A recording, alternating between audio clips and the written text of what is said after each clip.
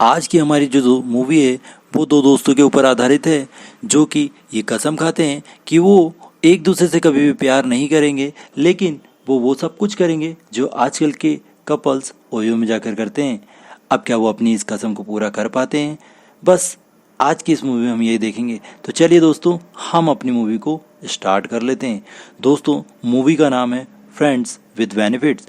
Movie की शुरुआत में हम अपने मेन कैरेक्टर डैलन को देखते हैं जो कि एक ब्लॉगर है। वो अपने ऑफिस में काम कर रहा होता है कि तभी उसकी गर्लफ्रेंड का कॉल आता है और वो उससे मिलने के लिए बुलाती है। दूसरी तरफ हम अपनी मूवी के एक दूसरे मेन कैरेक्टर को देखते हैं, जैमी को, जो अपने बॉयफ्रेंड का वेट कर रही होती है।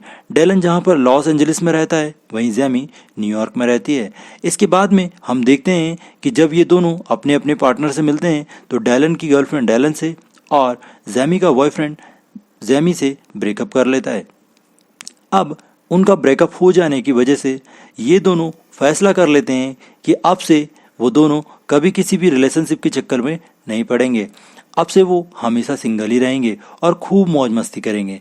जैमी एक कंपनी के लिए लोगों को रिक्रूट करने का काम करती है, इसलिए वो डैलन को जीक्यू मैगजीन में इंटरव्यू देने के लिए न्यूयॉर्क बुलाती है।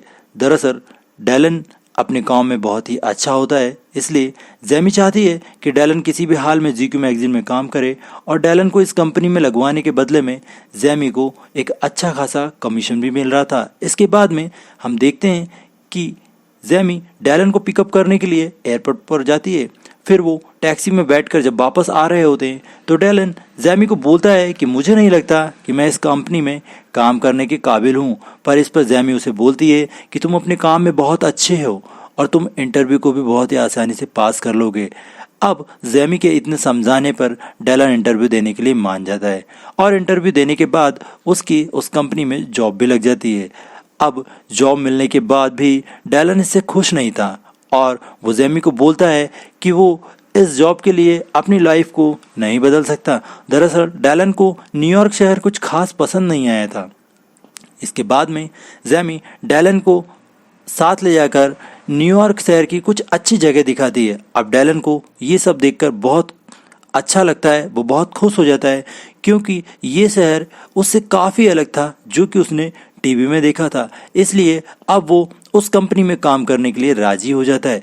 अगले दिन डैलन और जैमी लंच के लिए बाहर जाते हैं और वहाँ पर वो दोनों एक दूसरे को अपने अपने ब्रेकअप की स्टोरी बताते हैं। इसके बाद जैमी डैलन को अगले दिन अपने घर पर होने वाली पार्टी पर इनवाइट करती है। फिर अगले दिन हम देखते हैं कि डैलन जैमी के घर पर आता है और वो दोनों पार्टी में काफ़ी एंजॉय करते हैं। अब धीरे धीरे डैलन और जैमी एक दूसरे के नज़दीक आते आते हैं और उन दोनों की दोस्ती भी काफ़ी गहरी हो जाती है। एक दिन जब ये दोनों टीवी पर मूवी देख रहे होते हैं तब जैमी और डैलन बातें करते हैं कि जैमी डैलन को कहती है कि काश मेरी ज़िंदगी में भी इन टीवी एक्टर्स की जैसी कोई होता जो मुझे बहुत प्यार करता और जब मैं उदास होती तो मुझे मनाने के लिए शाही घोड़े पर बैठकर कोई राजकुमार आता। इस पर डैलन उसे बोलता है कि ये सारी बातें फिल्मी हैं और असल ज़िंदगी में इनका कोई मतलब नहीं है। इसके बाद वो दोनों आपस में कुछ गपागप वाली बातें करने लगते हैं।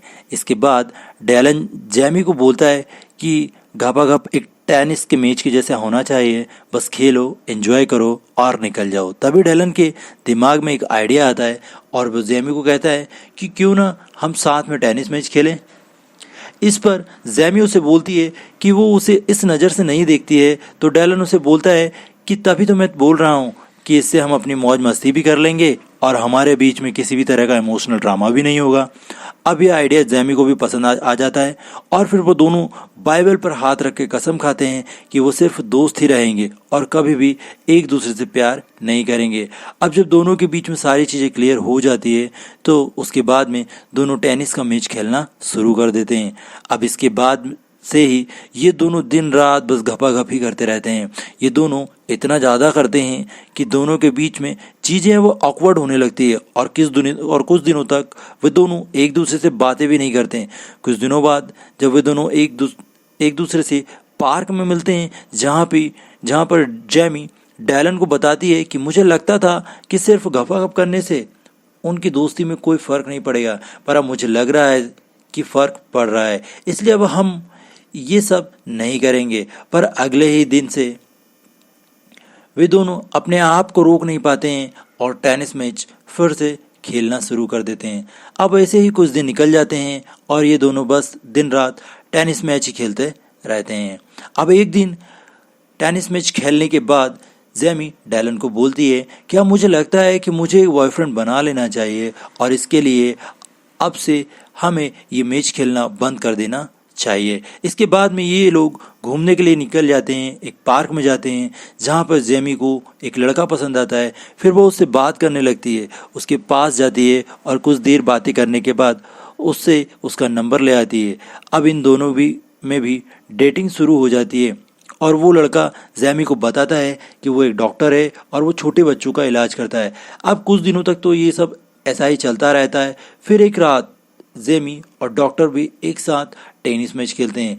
अगले दिन हम देखते हैं कि डॉक्टर जेमी को बिना बताए वहां से जा रहा होता है। तभी जेमी उसे देख लेती है और उससे पूछने पर डॉक्टर उसे बताता है कि वो उसके सपनों का राजकुमार नहीं बन सकता। ये सुनकर जेमी को बहुत गुस्सा आ जाता है और वो उसको गालियां देकर वहां से भगा देती है। उसके बाद जेमी जब डेलन के पास आती है और उसे उस चूतिया डॉक्टर के बारे में बताती है, इस पर डेलन उसे बोलता है कि डॉक्टर तो बहुत बड़ा खिलाड़ी निकला और अपनी ठरक मिटाकर वहां से चला गया। उसके बाद में डेलन जेमी को बताता है कि वो इस वीकेंड पर अपने घर लॉस एंजलिस जा रहा है और अगर जेमी चाहे तो वो भी उसके साथ चल सकती है। इस पर पहले तो जेमी उसे मना कर देती है, पर डेलन के फोर्स करने पर वो मान जाती है और उसके बाद वो दोनों डेलन के घर लॉस एंजलिस जाते हैं, जहां पर पहुंचने के बाद डेलन के डैड और उसकी सिस्टर डेलन और जेमी को साथ देखकर बहुत खुश होते हैं। यहाँ पर हमें यह भी पता चलता है कि जो डेलन के डैड हैं वो अल्जाइमर की बीमारी से पीड़ित हैं, जिस वजह से वो चीज़ों को बार बार भूल जाते हैं। इसके बाद हम देखते हैं कि जेमी और डेलन की सिस्टर आपस में बातें कर रही होती है, जहां वो जेमी को डेलन के बचपन की फोटोज दिखाती है। अब रात को डेलन के अंदर ठरक जागने लगती है और वो चुपके से जेमी के कमरे में टेनिस मैच खेलने के लिए आता है। पर इस पर जेमी उसे बोलती है कि हमने डिसाइड किया था कि फिर कभी भी टेनिस मैच नहीं खेलेंगे। पर फिर भी डेलन उसे खेलने के लिए मनाने की कोशिश करता है और कुछ देर बातें करने के बाद जेमी भी मैच के लिए मान जाती है। फिर वो दोनों पूरी रात मैच खेलते हैं। अगली सुबह जब सभी लोग साथ में ब्रेकफास्ट कर रहे होते हैं तो हम देखते हैं कि जेमी का बिहेवियर थोड़ा बदला हुआ सा लग रहा था। वो डेलन को पसंद करने लगी थी और उसे उसकी फैमिली भी बहुत पसंद आई थी। इसके बाद में हम देखते हैं कि शाम को डेलन और उसकी बहन एमी आपस में बात कर रहे थे। फिर एमी डेलन से पूछती है कि इसके बाद हम जेमी से कब मिल पाएंगे, तो डेलन उसे बोलता है कि मुझे नहीं पता। इस पर एमी उसे बोलती है कि क्या तुम्हारे और तुम्हारी गर्लफ्रेंड के बीच में झगड़ा हुआ है, तो उस पर डेलन उसे बोलता है कि जेमी मेरी कोई गर्लफ्रेंड नहीं है और हम दोनों सिर्फ दोस्त हैं। डेलन उसे यह भी बोलता है कि मैं जेमी को कभी भी अपनी गर्लफ्रेंड नहीं बना सकता क्योंकि वो बहुत ज़्यादा इमोशनल है और उसका दिमाग भी खराब है। अब उनकी ये बातें जेमी भी छुपकर सुन रही होती है। फिर जब रात को सब लोग डिनर कर रहे होते हैं तभी जेमी वहाँ पर आती है और उनसे बोलती है कि उसे किसी काम से न्यूयॉर्क वापस जाना पड़ रहा है। दरअसल उसे डेलन की बातों का बहुत ज़्यादा बुरा लगा हुआ आता है, इसलिए वो वापस जाने को कह रही होती है। फिर वहाँ पर सभी लोग उसे रोकने की बहुत कोशिश करते हैं पर वह नहीं रुकती है। फिर इसके कुछ दिनों के बाद डेलन भी वापस न्यूयॉर्क आ जाता है। वहाँ वो जेमी से कांटेक्ट करने की बहुत कोशिश करता है पर जेमी उसे कोई जवाब नहीं देती है। कुछ दिनों के बाद डेलन जेमी को फिर से कांटेक्ट करने की कोशिश करता है पर जेमी अभी भी उसका कोई जवाब नहीं देती। इस पर उसे याद आता है कि जेमी अपने फेवरेट जगह पर हो सकती है जहां वो अक्सर जाया करती है। और फिर जब डेलन उस जगह पर जाता है तो वहां पर जेमी को अकेली बैठी हुई देखता है। फिर डेलन जेमी से माफ़ी मांगता है और जेमी उसे कहती है कि तुम एक अच्छे दोस्त नहीं हो क्योंकि दोस्त एक दूसरे की बुराई नहीं करते। और अब यहाँ पर उन दोनों के बीच बहस हो जाती है और वो दोनों अलग हो जाते हैं। अब इसके कुछ दिनों के बाद हम देखते हैं कि जेमी की मॉम उसे समझा रही होती है कि गलती उन्होंने की है, वो गलती वो ना करे। जेमी की मॉम उसे बोलती है कि मेरी ज़िंदगी में बहुत सारे लड़के आए थे लेकिन तुम्हारे डैड उनमें सबसे अच्छे थे। लेकिन ये बात मैंने समझने में बहुत देर कर दी थी पर तुम इस गलती को मत करना, नहीं तो तुम मेरे जैसे अकेले ही रह जाओगी।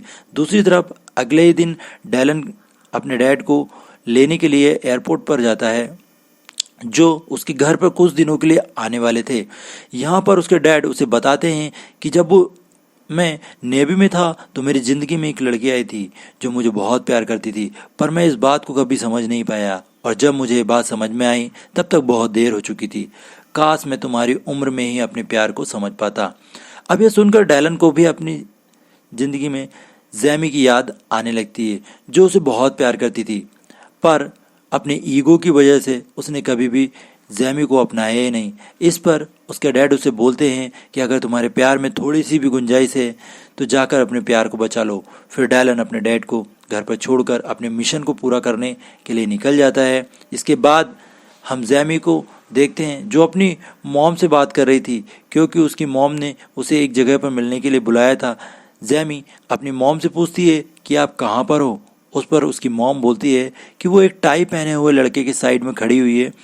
अब जब जैमी उन्हें ढूंढ रही थी तभी वहाँ पर सभी लोग डांस करने लग जाते हैं। इसके बाद वहाँ पर उसे डैलन खड़ा हुआ दिखाई देता है, जो उसके पास आकर उससे माफ़ी मांगता है। उसको बोलता है कि वो उसे बहुत मिस कर रहा था और जो वो जैमी से बहुत प्यार करता है। इसके बाद जैमी के सामने घुटनों के बल बैठकर उसे प्रपोज करता है और फिर वो एक दूसरे को किस करने लगते हैं। इसके बाद ये दोनों एक साथ डेट पर जाते हैं। ये उनके रिलेशनशिप की पहली डेट होती है। और दोस्तों कुछ इसी तरह से हमारी आज की इस मूवी का एंड हो जाता है।